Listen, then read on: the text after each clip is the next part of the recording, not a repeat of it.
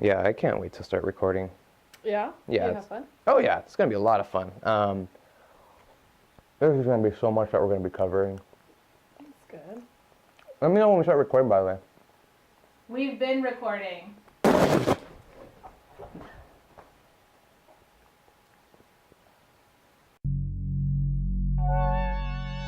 Hey guys, Jose here from Armory Props, and welcome to our first how-to tutorial. In this video, I'm going to be covering how to make the hexagon glow visor. We'll be covering what you'll need and how to put it all together. So let's get to it. Let's go over the materials you're going to need. So you're going to need a sheet of PETG 0.06 thick. You're going to need a template for the helmet you're going to use. You're going to need LED strips. I get these on Amazon. They're fairly cheap and they come in a lot of colors. You're going to also need a hobby blade, wire, batteries, specifically the 21 by 23, tape, solder wire, a switch. This is an on and off switch. You can get on Amazon too. You're gonna need a battery case, fidget spinner, solder pen, Super Saiyan hair. You're gonna need your template, glue gun, and of course a Sharpie. So what we're gonna do now is we're gonna apply the hex pattern on top of the PETG sheet that we have here. And the way I like to start that is by taping off the edges onto the sheet so that it's easier to remove the backing later.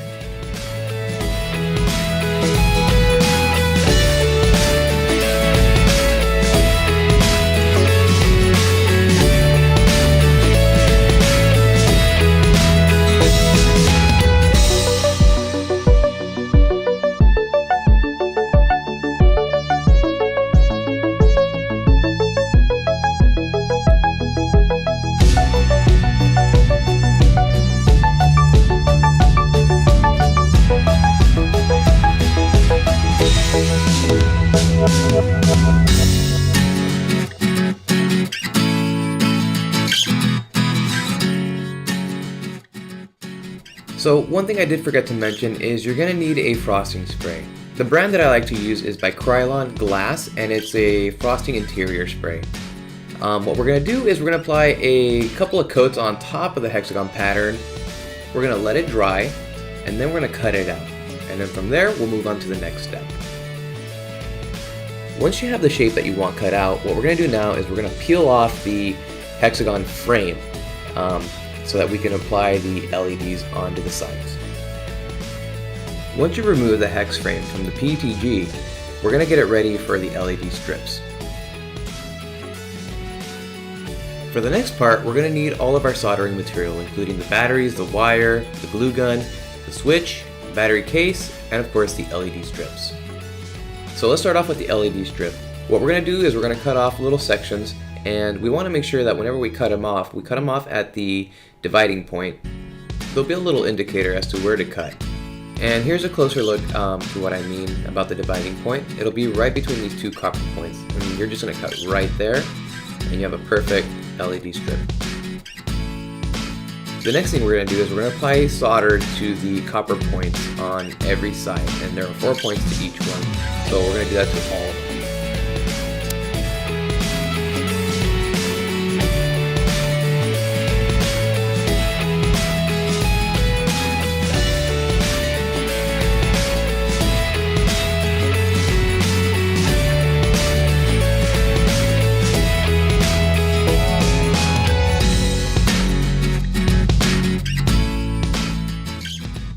So what we're going to do now is we're going to measure out how much wire we're going to need. What I like to do here is I like to measure out from endpoint to endpoint on the visor.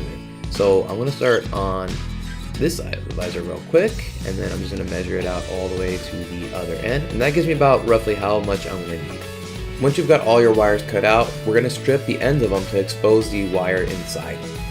This is so that we can solder it onto the LED strips.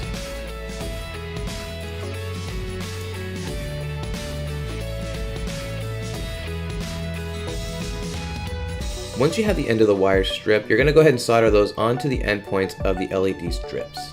And you want to make sure that you solder from negative to negative, positive to positive.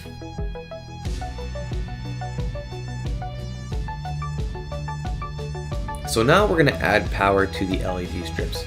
So what you're going to need is your battery case, and we're going to start off with the positive end. So I'm going to connect the red to the positive part of the LED strip. From here, we're going to take our switch and we're going to add the negative part to one end of the switch, but you want to expose the wires a little bit more. This one was barely out, and I think I cut some of the wires off, so I went ahead and stripped it again. And I'm going to twirl it a little bit to make sure that we have something for it to connect, or to be able to kind of twirl around the little loops here. Make sure you get it nice and twirled. You don't want to have any of the hairs flying out, because if it touches the positive, you won't get any good connection. So from here, I'm just going to stick it right through the loop, hook it around, and to make sure that it holds in place, I applied a little bit of solder. There was already a little bit at the end of the pen, so I just went ahead and touched it up right at the end right here. And that should be enough to hold it in place. So now what we're going to do is we're going to add the negative wire, and I'm putting this in the other loop. I'm just going to go ahead and twirl it a little bit to get a little bit of strength on there. The wire was exposed more on that one, so that one's a little bit easier to put it through there. I'm going to put a little bit of solder just to make sure that it actually holds for the entirety of this switch's life. That's going to be used as a switch for this LED. And from here, we're going to connect the negative to the negative on the LED strip.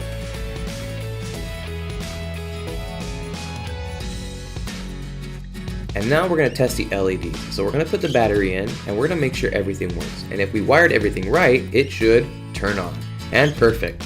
Now we have the on and off switch hooked up as well, so we can turn it off and on whenever we want to use the LEDs. We're almost done, guys. So what we're going to do now is we're going to apply a little bit of hot glue on one side of the LED strip. That way we can secure it onto the visor. And make sure you do that to the other side as well.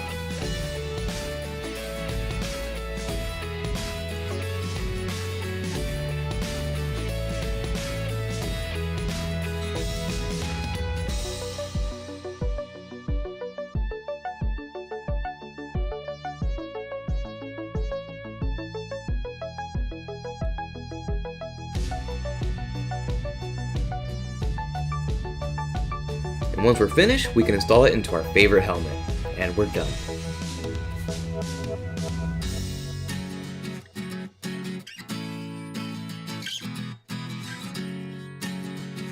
So as you can tell, it's not a very long or difficult process. It's something that you can do at home, and it doesn't take a lot of skill to do either. As far as getting the materials, the PETG you can get online or at your local hardware store. And as for the stencils, you're going to need a stencil cutter or someone that you know that can cut, hexagon patterns onto a vinyl. So yeah, again, thank you guys so much for watching this video.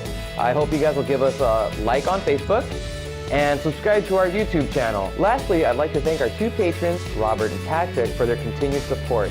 You guys are helping us reach our goals, and we really appreciate that. If this type of content is something that you guys really enjoy, please consider being a patron on our Patreon page. I'll leave a link in the description below. Again, thank you guys so much for watching, and we'll see you guys next time.